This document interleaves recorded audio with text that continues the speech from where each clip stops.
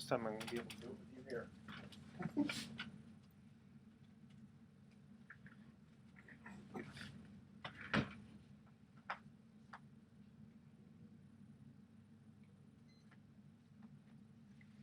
Welcome to Sports Econ 101, and for those of you new to our show, imagine a few guys sitting around a bar, having drinks without the drinks, talking sports and business with you, the audience listening in.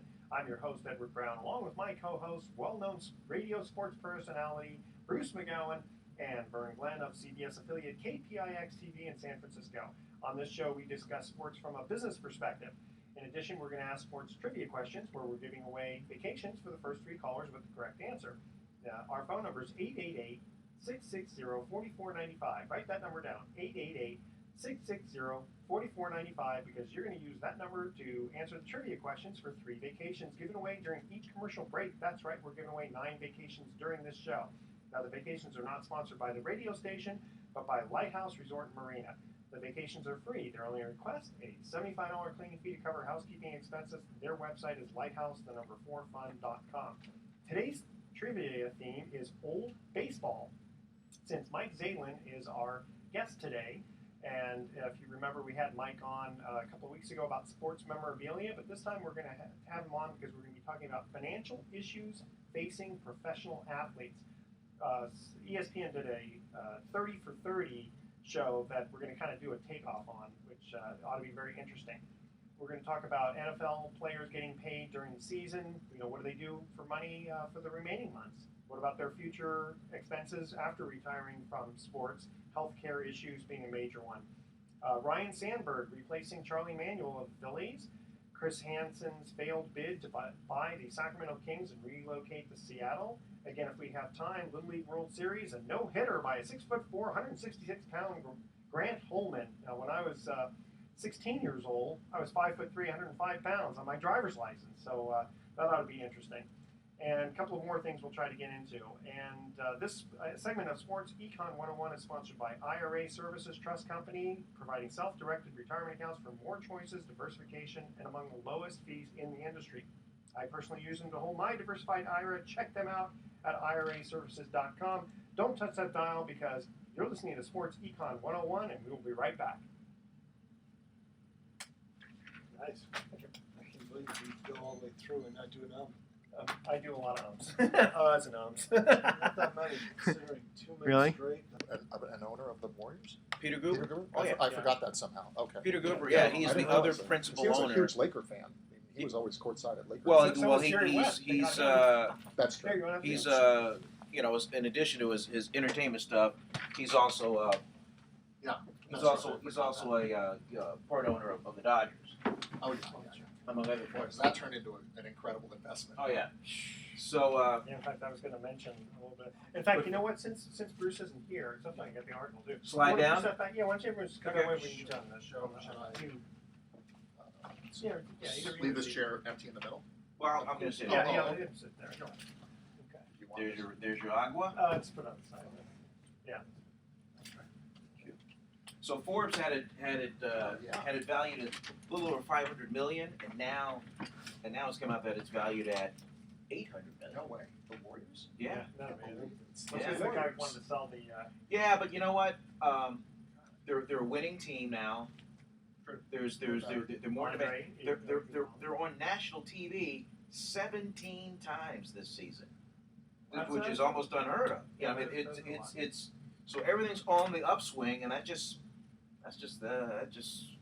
kind of how it rolls. Okay, whoever put that there. Well, you know, it's hard to Commercially, I mean that's more than the value of the A's, and it's more than the value of the Raiders. Well, I guess part of it is, do they also own their own stadium, or like the Giants franchise is worth more because they own the park. Mm-hmm. But can you believe George Steinbrenner bought the Yankees in From CBS. 1973? $10 million. From He CBS. had a good home in Marin for $10 million. Yeah, Yeah, but how long ago was that? Well, even that was in 1975. But even adjusted for inflation, that's only 40 or 50 million today. Still, Of course, 75, the Yankees were. no, but they were. I know, but But still, just it's hard a to professional. How about it's the a professional. Dodgers? Did you know the Dodgers are only the 3rd team in National League history to go 40-8 at any Yes, point in the yeah, season? we Did were you see watching. that I was article? watching. Yeah, That's incredible. that was amazing. Yeah, the last 51 48. games are 42-9. Who's carrying the 49ers for the season? Radio or TV? TV.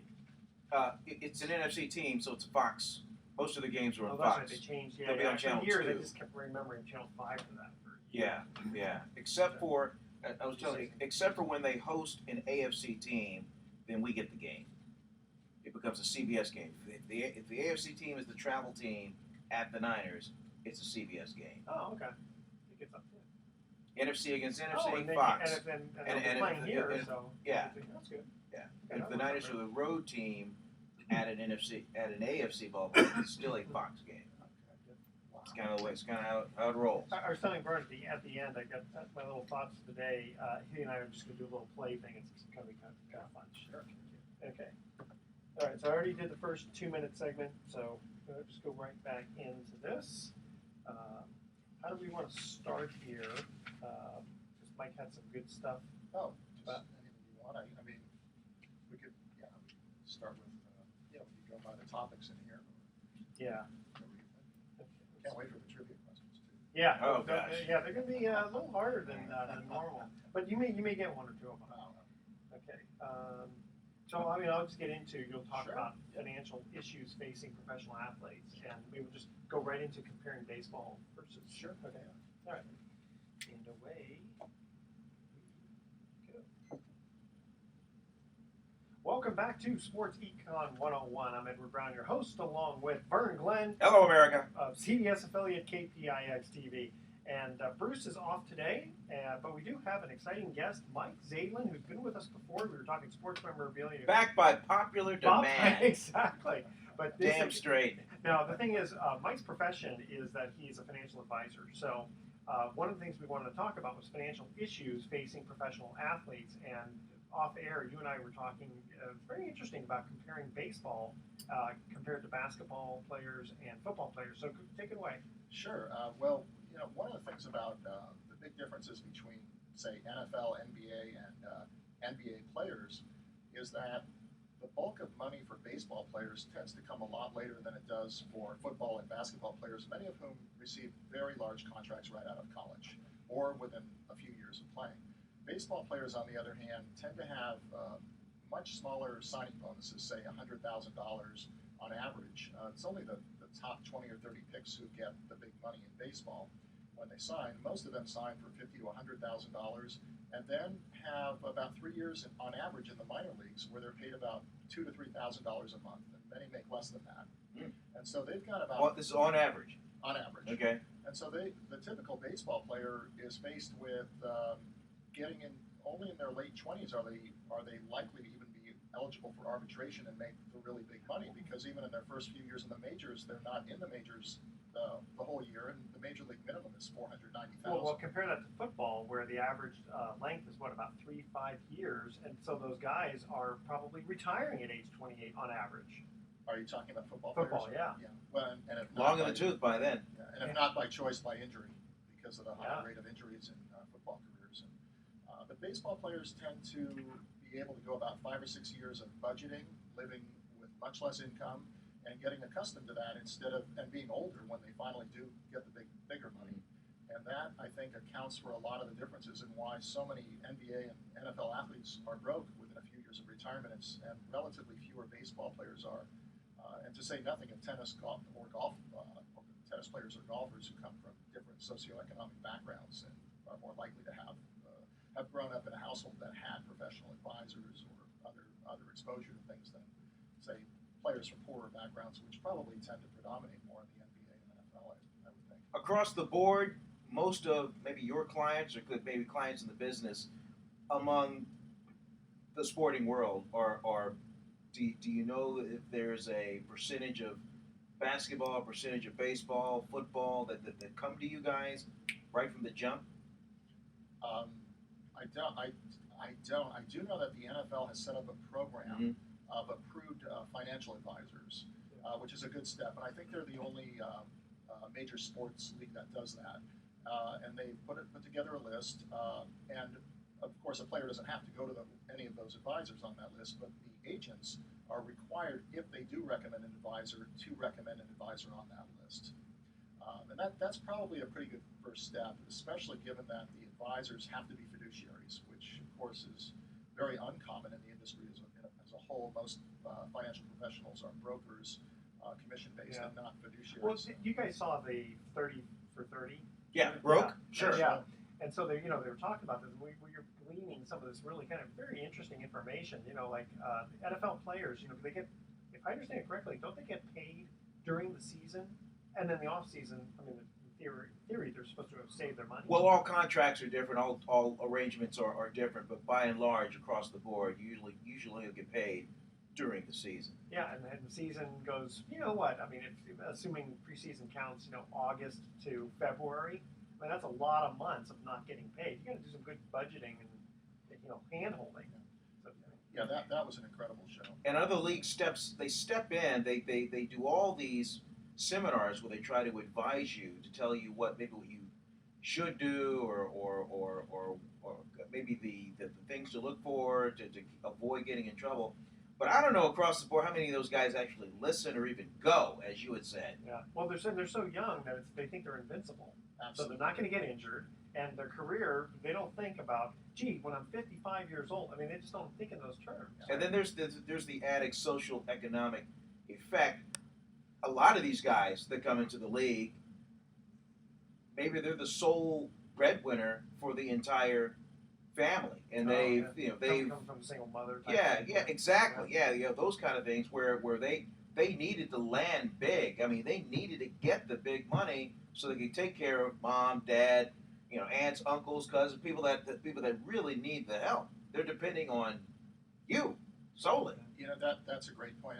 I'm sure you saw Deion Sanders' Hall of Fame induction speech, where he talked about how he was the sole breadwinner, in his family, and that his mother raised him and was a maid, and he was just often embarrassed by that, and he knew he had to make a big name for himself in order to save her. Yeah, It's really versus touching, the average golfer. I mean, to play golf is fairly expensive. So the guy who's the average golfer probably has a decent upbringing, financially. So he doesn't have to worry about providing for his family. Yeah, show me a PGA golfer that's made it, that's come from the hood and the mean streets of pick the industrial town. Yeah. Haven't seen it yet. Yeah, exactly. And that's probably one reason why NFL and NBA players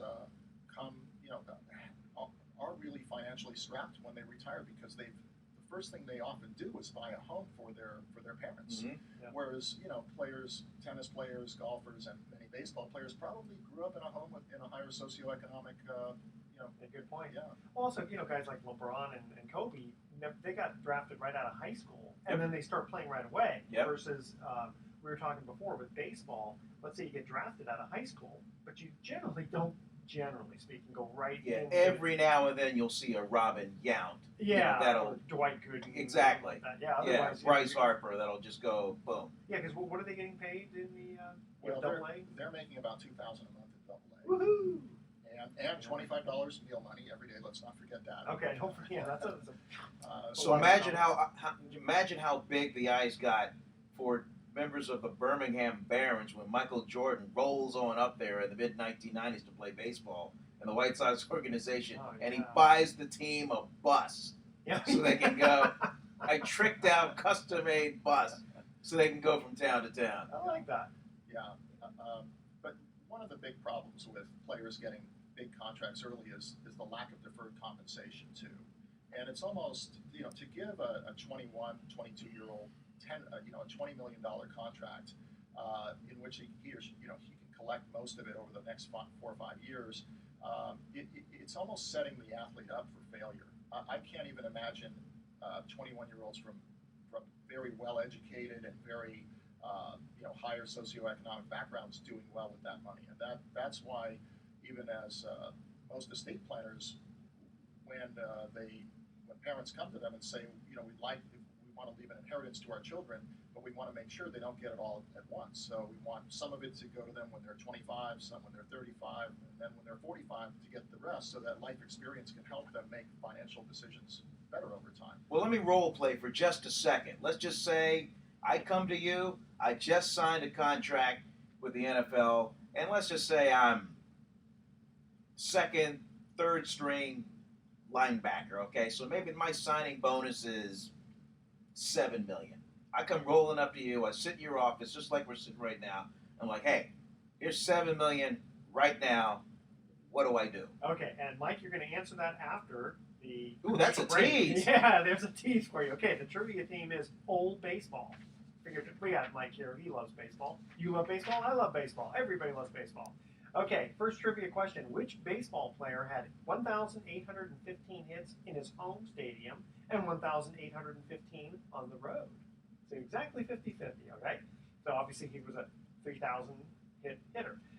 The first three callers with the correct answer win a free 3-day, 2-night stay at the Lighthouse Resort. Their website is lighthouse4fun.com. Call 888-660-4495 to answer this question. Which baseball player had 50% of his hits, 1,815, in his home stadium and the other half on the road?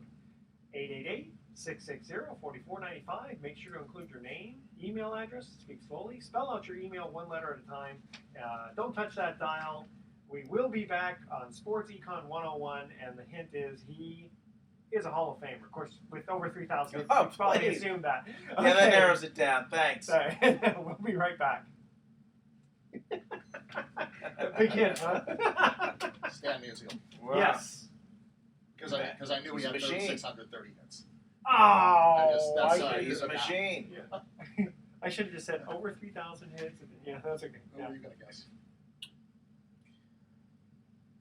I was trying to formulate one in my mind before you. It could have been Aaron. It could be Mays. It could be any of those guys who had 3,000. I just happened to. Yeah. I like your question, by the way. I have to think about that. I needed a break. Okay. No, I mean that's a standard, that's solid. Right. Nope, Okay,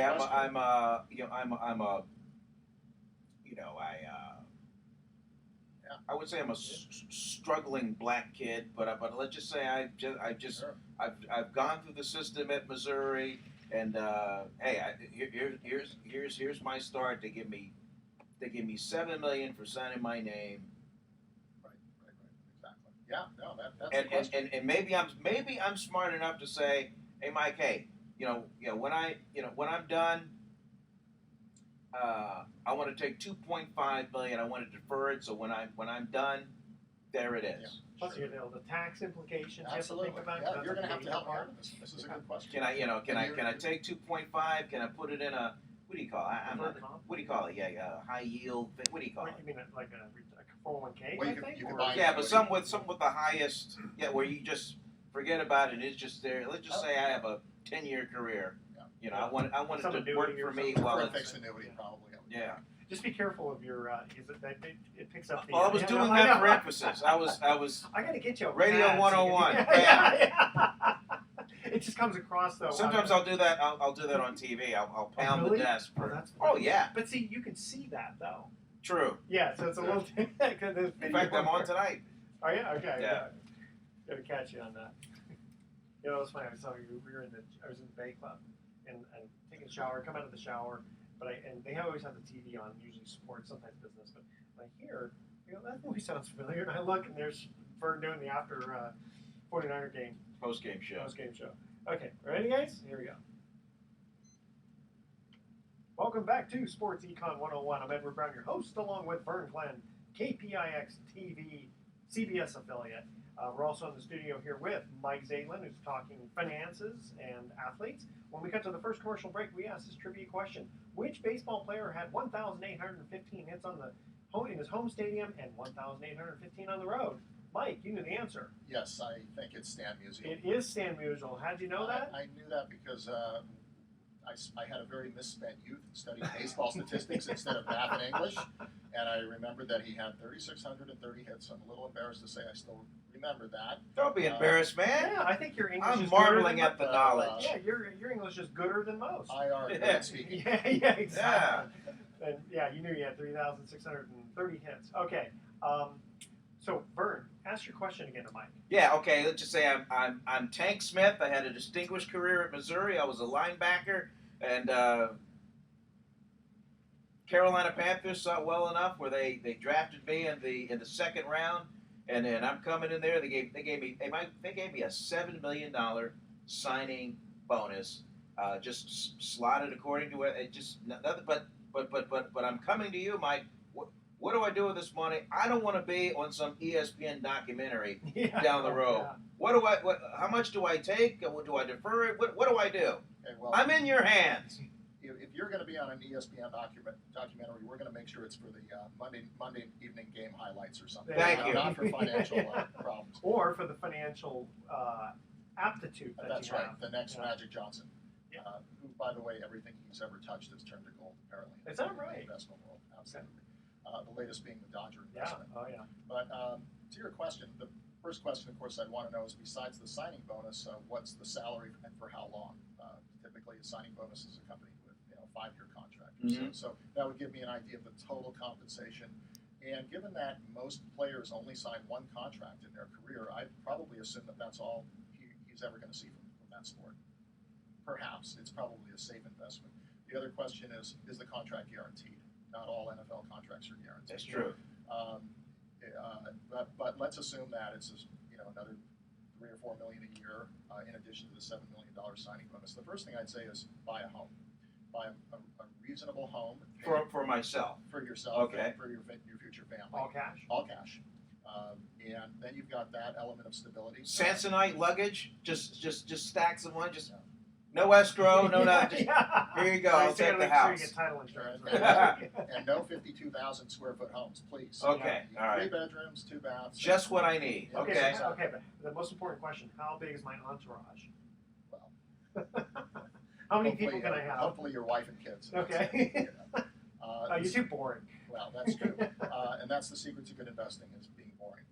More exciting the investment, the worse the investment. It's all about turtles and avoiding the dopamine effect of investing, which you get when you invest in the long shot. That's why people play the lotto and invest in IPOs and private equity. Well, 2 things, Mike, I forgot to tell you. I signed it. I'm about to start my career, but I got a real problem with this. I mean, my mom's, my mom's in foreclosure with their home. I want to be able to save her. Uncle Bob, and a couple of these, they need help. And then, Mike, how do I avoid? People know I have this money. I mean, I'm a target. How do I say no? I mean, what do I do? I got it. You say it's your problem, right? Well, They have to come to you. clearly, when it's a parent and they've got a financial problem, you're obligated to help them out. Okay. Friends are another story, because friends tend to not become friends once you don't have any money too. So you have to really choose wisely there. But I think the best thing is for you to be on a budget, and that way you can always say, that's all my finances are tied up. I'd love to help you out, but I've got a budget and I can't really do much here. Fair enough. And you've got to learn to say no. If you don't learn to say no, it's just not going to happen. And with the signing bonus and everything, you really need a good tax guy. Absolutely, I mean, because a lot of taxes people- are 50%. Yeah, a lot of people forget about that. Yeah. And in fact, we were talking about. Explain. when you- Let's get into that a little bit. All right, it's a $7 million. So I do I get this check for $7 million, or does Uncle Sam step in and go, yeah, I'll take some of that? They'll definitely take some of that, which is why a lot of it should be deferred, if possible, into lower earning years where you're going to pay less taxes when you're in your 30s or 40s and not making $5 million a year for football. I wonder if they'll give you more money if you say I'll set up a deferred. Because if let's say you're the Yankees, I'm just giving you, or you Carolina Panthers, right? Mm-hmm. And instead of them having to write a check for $7 million, if you give them the opportunity to say, listen, just give me $2 million now, defer the other $5 million, but not $5 million. I mean, if you're going to give it to me 10 years from now, the time value of money, they should give you more than $5 million. And Do that's they work easily that? accomplished by a team. They can simply go and buy options on the futures or invest it in treasury bonds or something conservative. And basically that is what agents do when they negotiate these contracts. Typically is they say, look, I don't want my client to get the $1 million 20 years from now when $1 million is only going to be worth Exactly. $500,000. So we're going to index it to inflation or to something where the club can then go out and buy an option contract so that it still maintains its value. Just don't let the IRS be in the conversation, because they'll say, wait a minute, if you had the right to take the $7 million, we're going to tax you as though you received And there are it. clearly IRS regulations. I think there's Section 409. I'm not sure which, where they determine whether or not you meet the rules to qualify for the For, Otherwise, they're going to tax you, and you'll end up paying more than when you got all the money to begin with. So, And speaking of the IRS, Mike, I mean, I'm just new to the league, but somebody told me that throughout the course of the season, in whatever city, state I'm playing in, that's right. I have to file taxes in all those states. typically, yeah, as well as foreign countries. Yeah, I which think- we were talking about Scotland. What yeah, happened? the tournament, I think. If I is go to from- Wembley Stadium, if the Panthers are playing the Miami Dolphins in London, I get hosed there too. Oh, you and the English tax authorities are going to be Wow. very good friends. But the thing is, generally because of the treaties between countries, you'll get a credit for the taxes that you paid in England on your federal return. So you don't get necessarily doubly taxed there. Does that make sense? Now, can you imagine if you're I mean, I'm 51 and my head's about to explode. Yeah. Imagine being 21 Oh, yeah. and having to like filter all this information. It's just too much. It's way too much. And it's critical to get yourself into the hands of someone who really understands this and is fully trustworthy because you are going to have all those temptations of friends coming up and endless temptations that any 21-year-old would face, much less a 21-year-old entertainer who's on the national also, stage. what about the sports agent? Does he get paid? I mean, if you take your $7 million check right now and he gets, what's typical, 4% or 10%? I think 3%. 3%? Yeah. Okay. 3% standard, he gets $210,000. If you do a deferred plan, how does that come into effect with how much the agent gets paid today versus Well, later on? isn't the sports agent, isn't he the one making these arrangements, or is it the financial advisor making these arrangements with this team?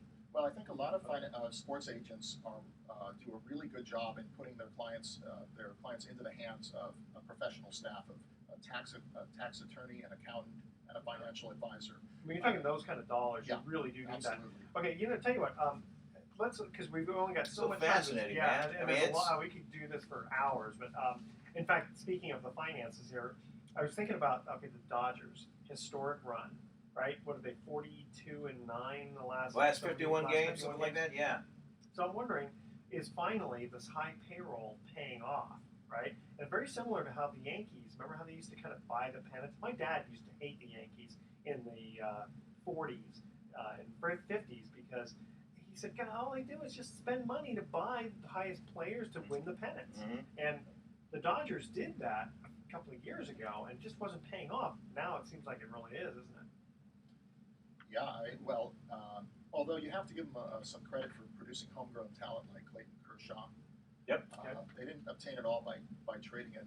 Actually, the Yankees of the 90s are really interesting because people always say, oh, they just bought their talent. But look at all the players from the Yankees of the 90s who came up through the system. Derek Jeter, Yeah. the greatest reliever of all time, Mariano Rivera, Bernie Williams, outstanding center fielder, Yeah. and a couple others, Andy Pettitte. There was a lot of homegrown talent on those teams. Okay, so maybe the Yankees of the 90s weren't the same as the Yankees of the 50s. Yeah. Okay, fair enough. And then, did you hear about Kiss purchasing a football team from Los Yeah, Angeles? the LA Kiss. The LA Kiss, of course. Yeah. I thought that was kind of fun. Let's see here. It's an arena team, right? Arena Yeah, football? it's arena football. And I figured that they'll save some money if they do their own halftime show. Which they probably will. They probably will for fun. That would be kind of neat. Okay. One other thing about how about future expenses for the retiring sports athletes? Healthcare.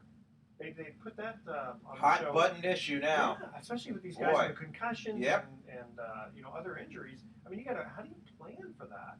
Well, I think for one, you want eventually you want to buy a disability policy in case you get injured. That's to the what degree- Brian Bosworth did. in case your injuries are debilitating, because so many players, an NFL career basically destroys your body over time.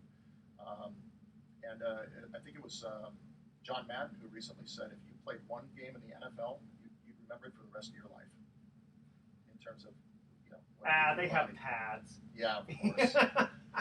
But Vern, I wanted to actually finish answering your question about what to do after you bought the house, and that is basically you want to invest as conservatively as possible in very boring, very, very dry mutual funds, low-cost index funds, and be on a budget, and that's pretty much it. And you want to do it consistent with your tax bracket. Okay, we're gonna get back into all that good stuff. We do have to come to our second commercial break here.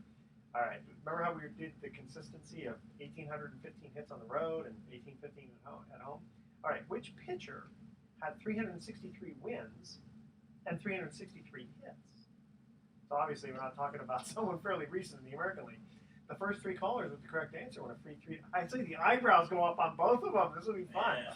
The first three callers with the correct answer win a free 3-day, 2-night stay at the Lighthouse Resort. Call 888-660-4495 to answer this question. Which pitcher had 360 wins and 360 hits? 363 wins and 363 hits. Call 888-660-4495. Make sure to include your name, your email address, speak slowly, spell out your email one letter at a time. I know you guys have heard of this pitcher. Don't touch that dial because Sports Econ 101 will be right back.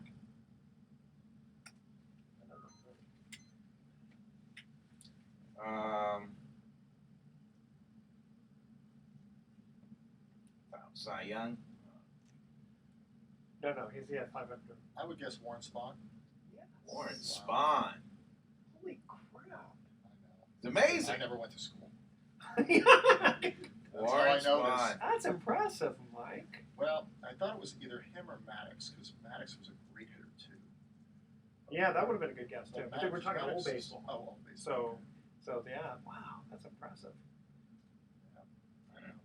Just think of all I could have accomplished Is it- without knowing that. He's embarrassed by knowing this. I'll ask you this on the air. Okay. A lot of these guys who made big money but got hurt, like Montana, they filed workman's comp Yeah. with the state, and Yes. it just kind of raised it became an issue. But Do you you know, remember? Montana says, "Hey, I have just as enough of a right to do it as anybody else." You know. And we did bring that up some weeks back because talking about state disability Mhm. insurance and Yeah. But doesn't workman's comp, isn't it really small compensation, ultimately? I have no idea. I mean, It's you're not- not going to get $1 million a year from no. it. It's like it's standard. It's fixed by law. Yes, It's Yeah. it's low. It's Yeah. low. But that's but interesting. they're Yeah. still Yeah. Wow. still entitled to it though. Oops. So yeah, I think that's a great question. What do you what do you do with the $7 million or any amount? It's you really invest, just invest conservatively. You keep them at all costs away from any business deals. Like that's like no, because only 1 out of 30 work out. The nightclub, God, the record studio. It's like, oh, I they're all could gonna fail. I could just see these kids. I mean, they've got Oh, yeah. they've got their boys. Hey man, come on, Yeah, of hey course. man, let's go make it rain, man. Hey, I don't know how you they can even resist. Yeah.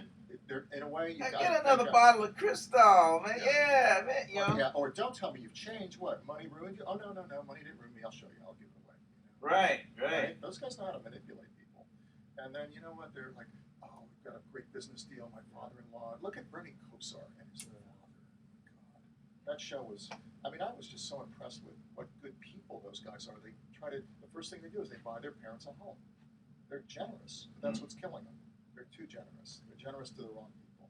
You want to be generous to your family, but all the guys in the hood and stuff. So you put them on a budget and they go, my agent will. You put them on a budget and they go, my financial advisor keeps all my money. The son of a gun. He won't let me have any of it. Then you're like, Well, fire the man. Yeah. Fire No, him. that really because once they. So here's the thing, deferred compensation. You know what happens now? Once the agent negotiates the deferred compensation contract, there are all these businesses set up to approach the player and say, all that deferred compensation, we'll give you a lump sum right now. Yeah. Hey, you want financial control of your destiny, don't Let's you? bring that up. Yeah. That's a good Yeah, let's great bring Now point. you've got Yeah. all these guys saying, oh, we'll go, no. Because I think It's worse.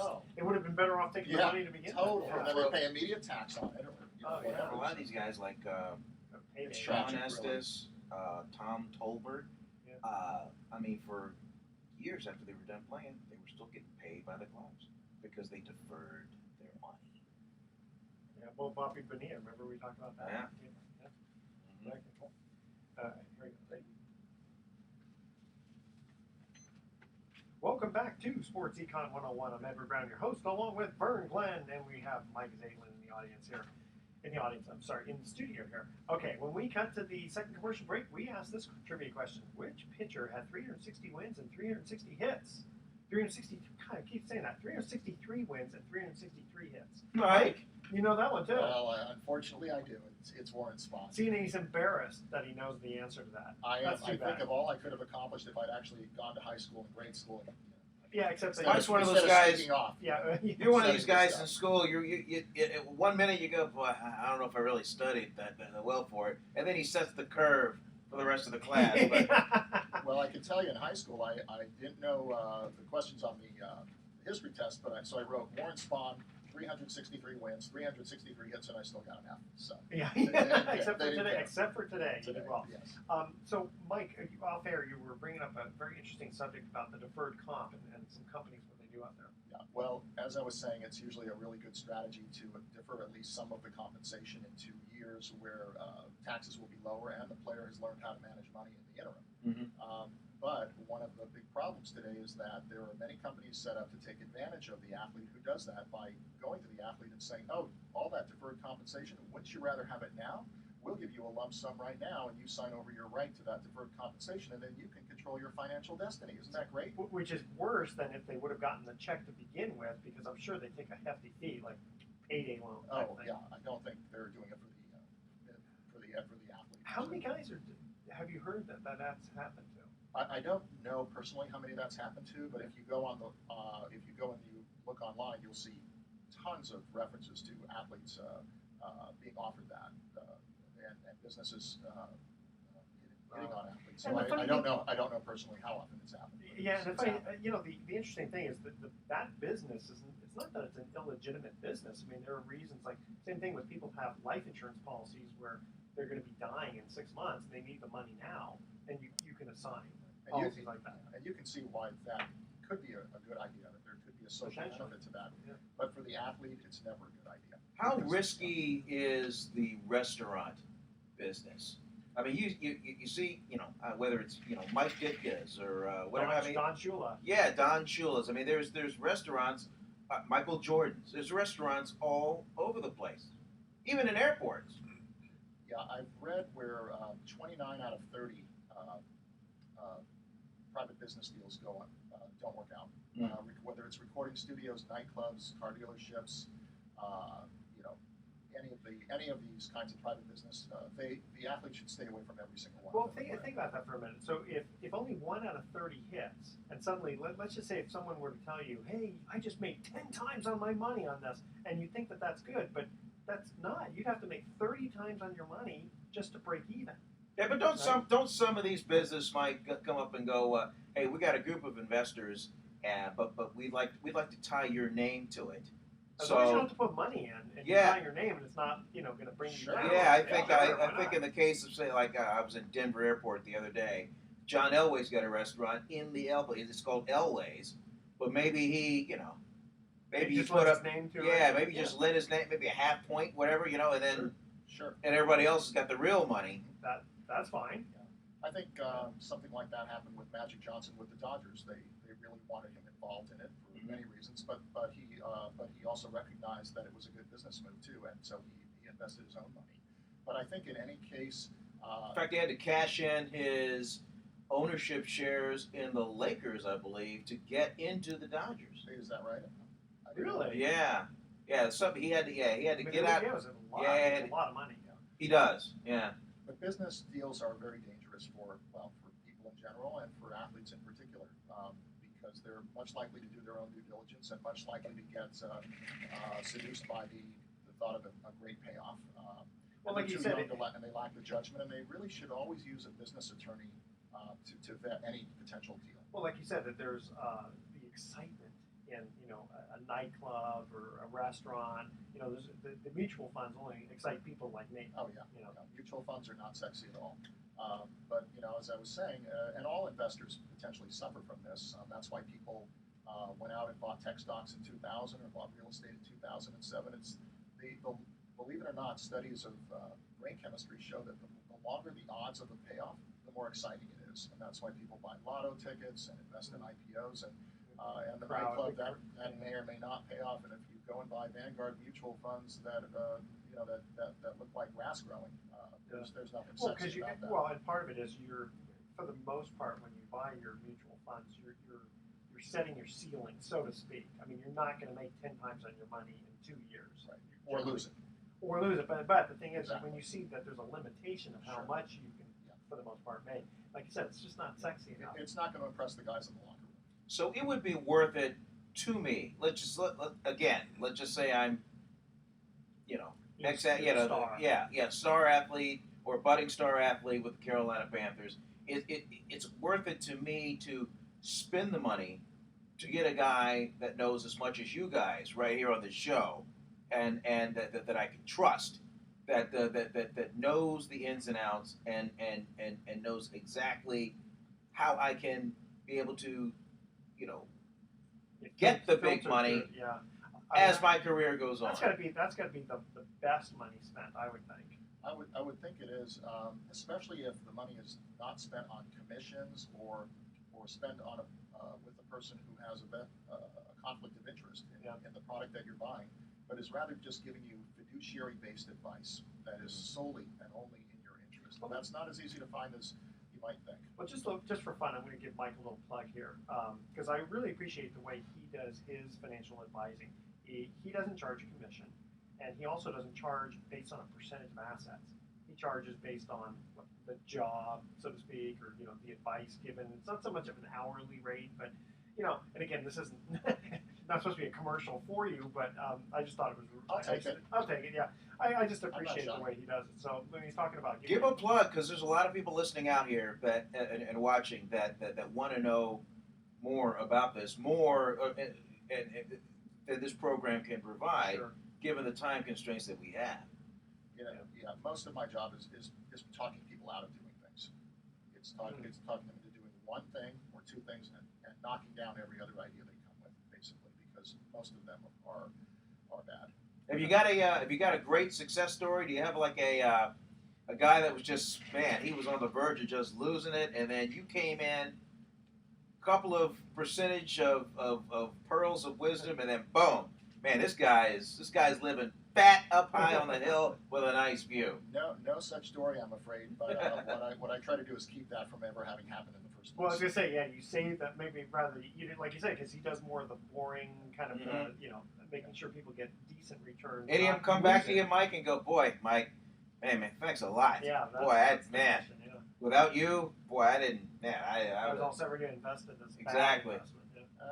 Usually they take credit for their own success. Of course, yeah. There's an old saying, success has 1,000 fathers and failures an orphan. So. Yeah. See, when they're at a cocktail party, they all talk about how great their investment. Mm-hmm. But hopefully somewhere along the line they appreciate it.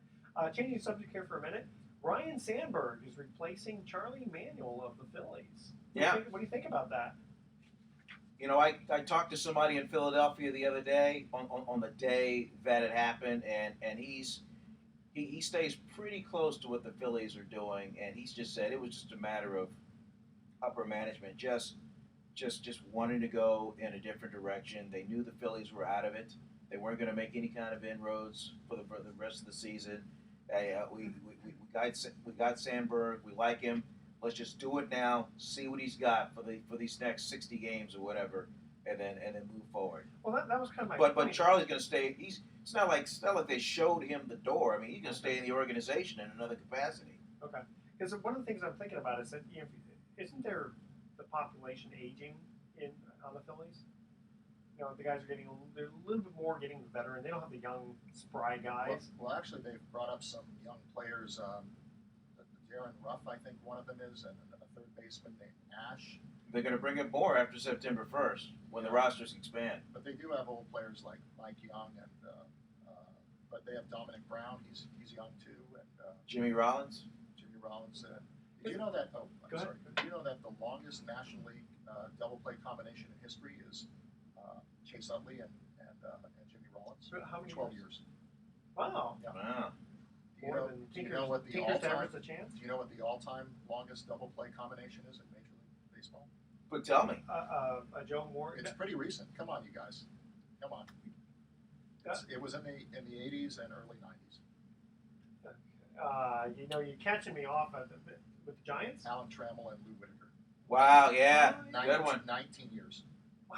19 years. Boy, just to be a short Tram. 19 years. Isn't Yeah. that amazing? That is amazing. I guess what I was getting at is that, if you have older players and they're just not playing well enough, and you just keep blaming the manager, I mean, hey, you can only do with what you've got. And Right. They're kind of fledgling, but The players the general manager gave you. that's it. Managers Speaking of Tram, I was able to see one of the last few games at Tiger Stadium. I saw Trammell play. Ernie Harwell was doing the play-by-play.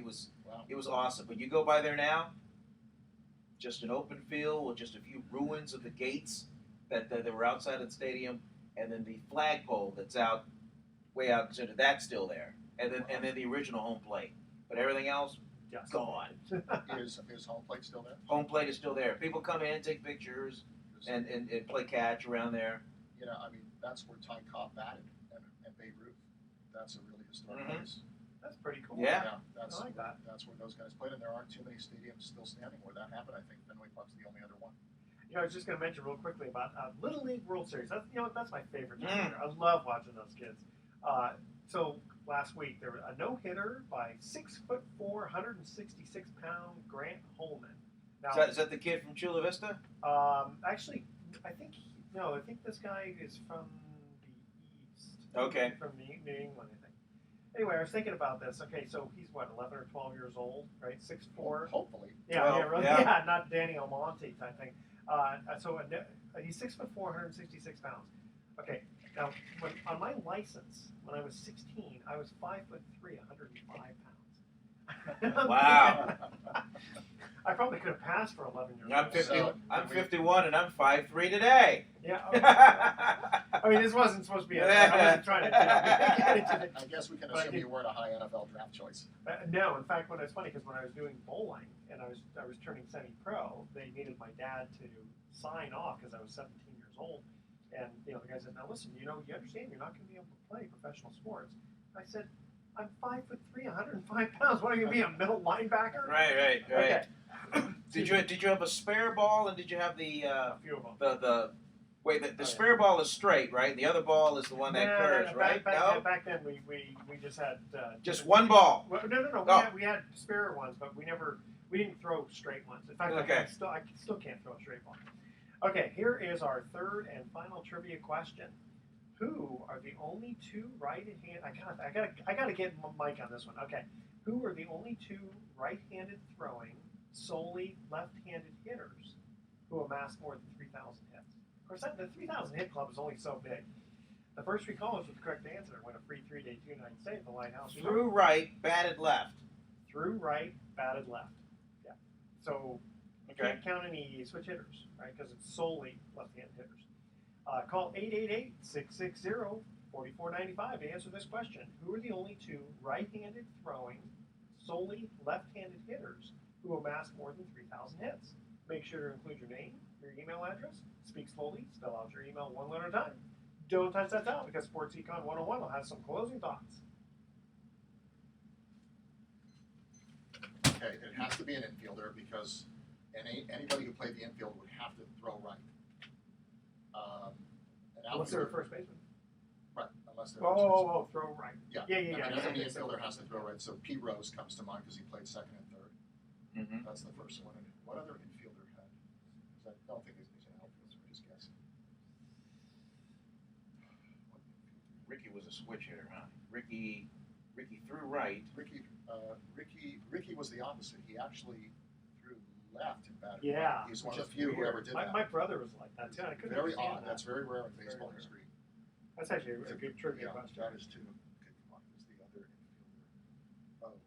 Eddie Collins? I think it was Eddie Collins. Left-handed. That's all you, Mike, man. I have no idea. Sorry, Fern. I got to get something that's a I'm little bit. stumped. Maybe Tony. I'm thinking of the left-handed hitter. Tony Gwynn had 3,000 hits. Did he throw right? I don't remember if he threw right. I think he threw right. Do you think so? Tony Gwynn? Then it's Tony Gwynn. I've got a son at home. Throws right, bats left. Golf's left. Right's left. I go cards left. That's about Yeah. it. Okay, don't forget our little thing at the end. You got it. Oh, is it the segment? Is this it? This little segment. Okay, good. Okay. The only other thing I had here was Chris Hansen's failed bid to buy the Sacramento Kings. And then I guess you could mention the Warriors. Yeah. Okay. There we go. Welcome back to Sports Econ 101. I'm Edward Brown, your host, along with Vern Glenn, and we've got Mike Zaidlin in the studio here. When we cut to the third commercial break, we asked a trivia question. Who are the only two right-handed throwing, solely left-handed hitters who have amassed more than 3,000 hits? Not collectively, obviously. Right. Gentlemen? Well, I just realized it wasn't Pete Rose because Pete Rose was a switch hitter. That is correct. I would guess Tony Gwynn, possibly. Nope. But you did have one of them correct when you were guessing off Ty Cobb. air. Ty Cobb is correct. Okay, And that's purely a guess. Eddie Collins. Eddie You Collins, did you say said Eddie that under Collins. your breath That's right. during the break. Well, Okay. One last thing I wanted to mention here was Chris Hansen's failed bid to buy the Sacramento Kings and relocate to Seattle. Holy smokes! And Vern, we were talking about, or you had mentioned before about The value of the Golden State Warriors, which was, I guess, once upon a time, just pretty much a laughing stock in the NBA. I mean, it was like, Golden State, where do they even play? I mean, nobody even knew. And then all of a sudden, they had a transfer of ownership, and they had a commitment to these players. They got a good coach. And now, here's a franchise that was bought by Peter Guber and Joe Lacob for just over $500 million, according to Forbes, several months ago. And now it's worth, what, $800? $800 million? Wow. See, that's not boring. That's exciting. that is Okay, hey exciting. guys, we're gonna cut I'm to excited. our thoughts for the day. First of all, They're doing something right. yeah, really, They're on national TV 17 times this year. that's pretty good. Yeah, Steph Okay. Curry. Vince Lombardi said, confidence is contagious. So is lack of confidence. I thought that was pretty good. Yep. Okay. And, hey, Vern. Yeah. Smell this rag. Does that smell like chloroform to you? Vern? Vern? Tune in next week to Sports Econ 101. By then, Vern will have woken up. Snap out of it. Mike, you're going to have to wake him up. And we'll be discussing sports topics from a business perspective, and we're going to be giving away more vacations for answering sports trivia questions. Mike Zaidlin, thank you for being in the studio with us. Thank you. On behalf of our team, I'm Edward Brown. We'll see you next week. So long. That'll be fun. Wow, that was a hell of a question. I mean, I was just naming people who had 3,000 hits already. I didn't even know. That's the thing. I didn't even know the answer. I mean, how many people? What 15 people? I can't even remember because a couple have gotten it recently. Recently, Eddie Murray got it and Craig Biggio, I think. Oh, yeah. Some guys have just Yeah, gotten Tony over. Gwynn. Some guys have just gotten over the wire. Stop this bad boy here.